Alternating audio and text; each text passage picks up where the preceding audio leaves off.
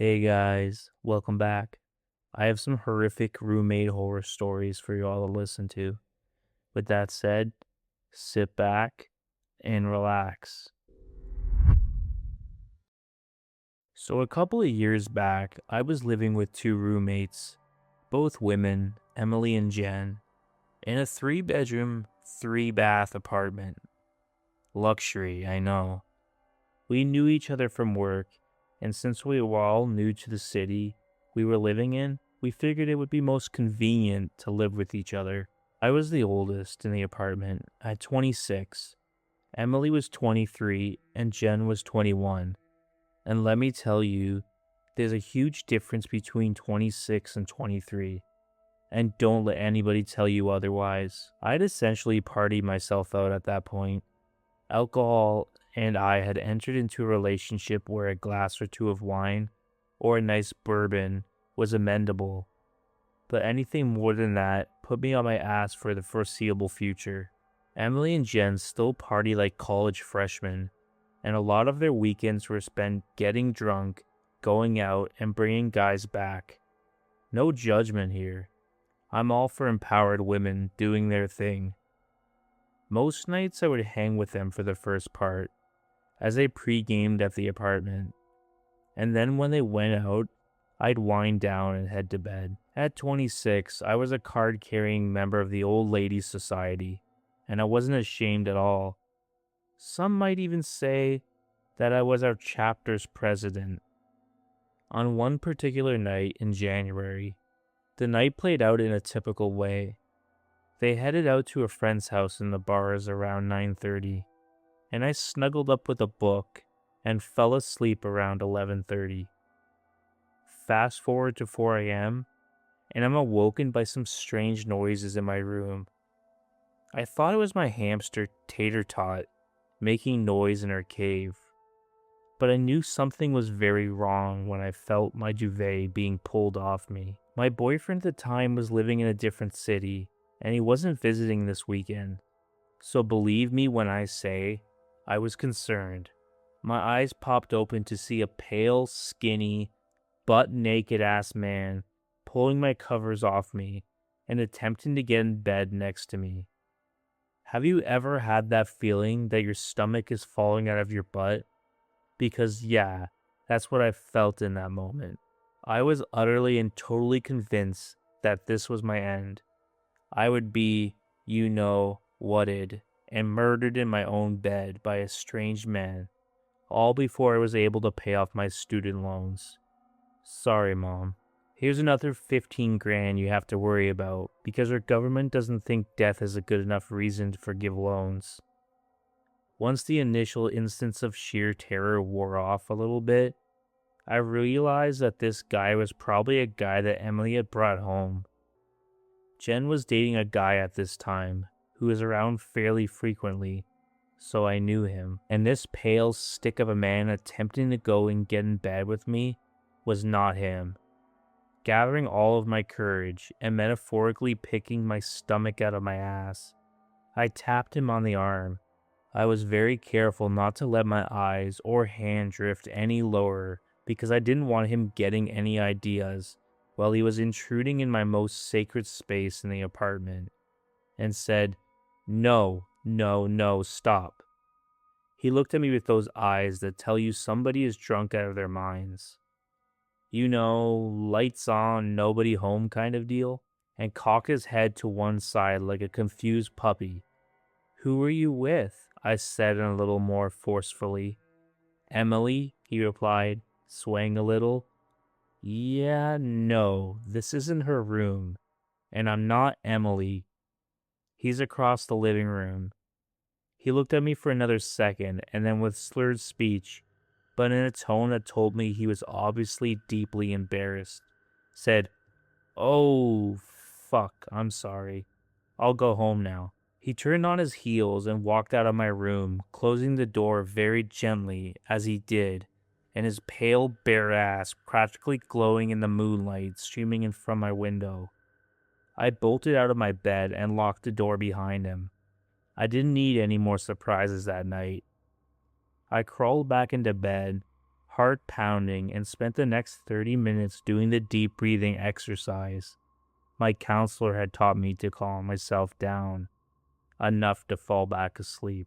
What I think happened is that he got up to pee in the middle of the night and didn't remember where Emily's room was. So he just walked into mine mistakenly. It's honestly a weird mistake, since Emily's bathroom and her bedroom are literally right next to each other.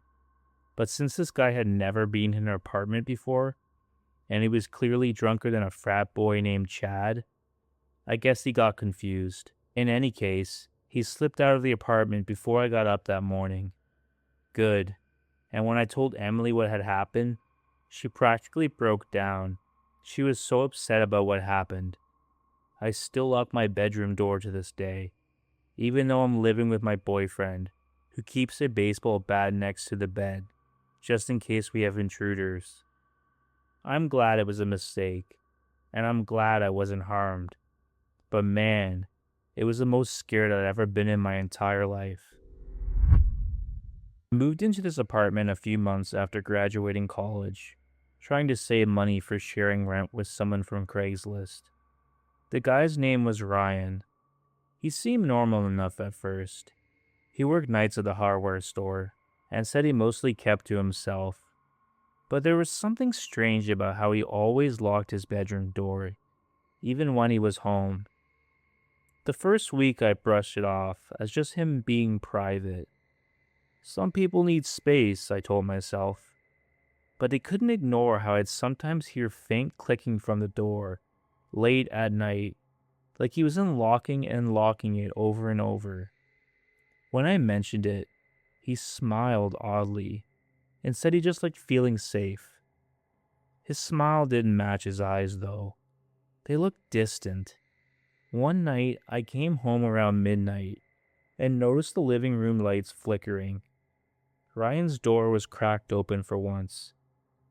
I hesitated, then peeked in. The room was almost empty. Just a mattress, a lamp, music, and a small desk covered in sticky notes with strange words written in sharp pencil. I didn't have time to read them, because his footsteps suddenly echoed down the hall. I quickly backed away, pretending to scroll on my phone when he walked in. He didn't say a word, just stared at me for a second, before slowly shutting his door and locking it again. That night, I couldn't sleep. Every creak from that hallway made me tense up. Around 2 a.m., I heard the sound of his lock clicking again. Softer this time, like he was trying not to wake me. The next morning, his door was wide open, and his bed was neatly made. I thought he'd gone to work, but then I saw his shoes by the door. When I knocked softly, there was no response. I glanced inside again. The sticky notes were gone, and his desk was empty. Only his lamp was on, buzzing faintly. I started feeling like I was being watched, even though no one else was there. That evening, when I came home, Ryan was sitting on the couch, watching static on the TV. No sound, no channel, just static. I asked if everything was okay, but he just muttered something like, "I sleep better this way." His eyes didn't blink once while he spoke. I went to my room, locked my door, and stayed up most of the night listening. Around 3 a.m., I woke up suddenly, maybe from a noise, maybe from instinct. My room was cold and the hallway lights was off, but I could hear slow footsteps, soft and uneven, moving closer to my door. They stopped just outside. My heart was pounding when the doorknob turned once, then again. I didn't breathe. Then silence. After a few minutes, I built the courage to get up and check. I cracked my door open and saw Ryan standing in the hallway facing me. His eyes were wide open, but his expression was blank, like he was asleep on his feet.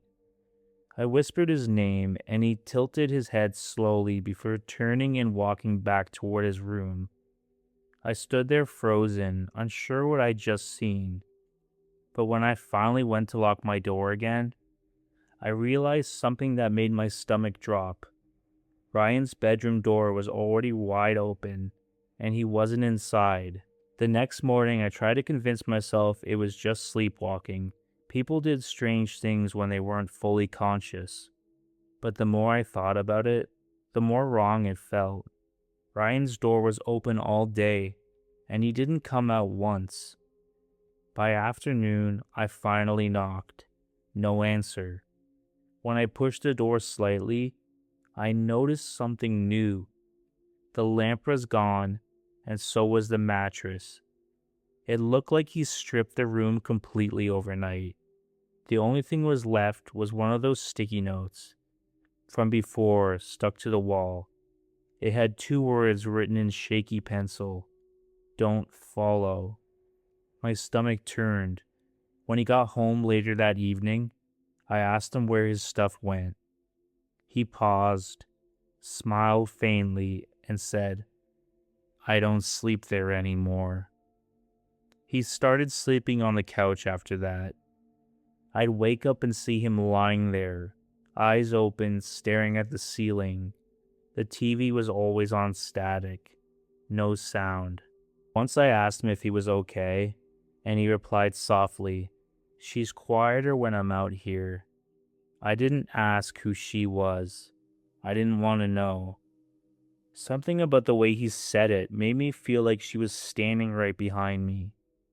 That week, things got worse. I'd find my door unlocked in the morning even though I double-checked it every night. The dishes I left in the sink would be stacked in strange patterns, forming a circle on the counter. One morning, Ryan wasn't on the couch anymore, but this TV was still on, and there was a cup of coffee waiting on the table with steam still rising from it. I decided to confront him that night. When I came home from work, I found him sitting cross-legged on the floor of his empty room. The door was locked from the inside, but slightly open just enough to see his silhouette. He was facing the wall and whispering something over and over. I couldn't make out the words.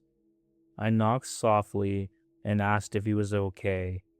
He stopped, whispering instantly. After what felt like forever, he said in a calm and quiet tone, "She doesn't like you asking." Then he got up and closed the door. I stood there frozen for a while before walking away. That was the first night I decided to sleep with my lights on. The next few nights were restless. I could hear faint tapping coming from his room, always around 3 a.m. It sounded rhythmic, almost like Morse code. Once I tried knocking back and everything went silent. The next morning my phone alarm didn't go off. The battery had died overnight, even though it was plugged in. The final straw came that Thursday. I woke up in the middle of the night again, feeling the heavy, still air that always preceded something off. I turned my head towards the door and saw the faint glow of the hallway light slipping through the crack. I heard footsteps slower this time.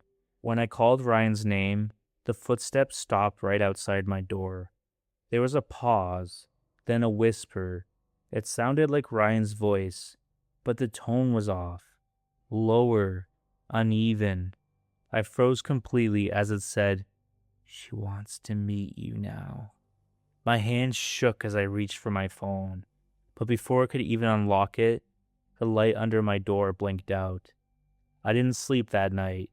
I sat in bed until sunrise, clutching my phone with every light in the room on. When I finally stepped out, Ryan's door was open again, but his room looked different. There were deep scratches on the wall, like someone had dragged something sharp across the paint.